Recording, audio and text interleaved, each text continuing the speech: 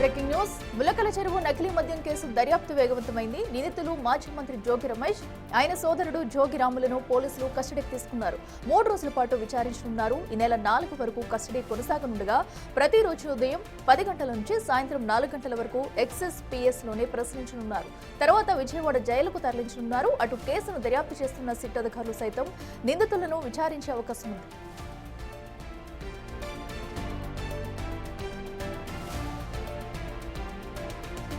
ములకల చెరువు కల్తీ మద్యం కేసులో జోగి బ్రదర్స్ అయితే రేపటి నుంచి విచారించనున్నారు పోలీసులు. ఇప్పటికే వారిద్దరిని సైతం కూడా కస్టడీలోకి తీసుకున్నారు. అయితే ఉదయం నుంచి సాయంత్రం వరకు కూడా వీరి విచారణ జరగనుంది. సో ఈ విచారణలో కీలక విషయాలు బయటకు వచ్చే అవకాశాలు అయితే కనిపిస్తున్నాయి.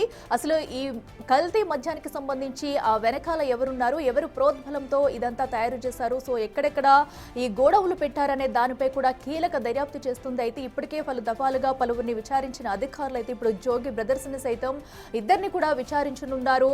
సో ఇప్పటికే జోగి బ్రదర్స్ అయితే కస్టడీలోకి తీసుకున్నారు పోలీసులు. సిట్ అధికారులు సైతం కూడా దీనిపై ముమ్మర దర్యాప్తు చేస్తూ ఉన్నారు. సో ఇప్పటికి మరి వీరిద్దరి కస్టడీలో ఎలాంటి విషయాలు బయటకు వస్తాయి, ఇంకా దీని వెనకాల ఎవరైనా ఉన్నారా?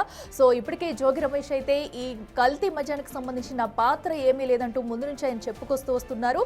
సో అలాంటిది ఆయన ఇప్పుడు అరెస్ట్ అయ్యాటు రిమాండ్ లో కూడా ఉన్నారు. ఇప్పుడు కస్టడీలోకి తీసుకున్న అనంతరం ఆయన నుంచి ఎలాంటి విషయాలు బయటకు వస్తాయనేది కూడా ఉత్కంఠంగా మారిందనే చెప్పాలి. సో వీరిద్దరి కస్టడీ అనంతరం కూడా ఈ కేసు ఒక కొలిక్కి వస్తుందా, లేదా ఇంకా ఎవరు పేర్లైనా బయటకు వస్తాయనేది కూడా చూడాలి. ఎందుకంటే ములకల చెరువులో ఒక గూడౌన్ గా ఏర్పాటు చేసుకుని కల్తీ మద్యం అయితే సరఫరా చేస్తున్నారు.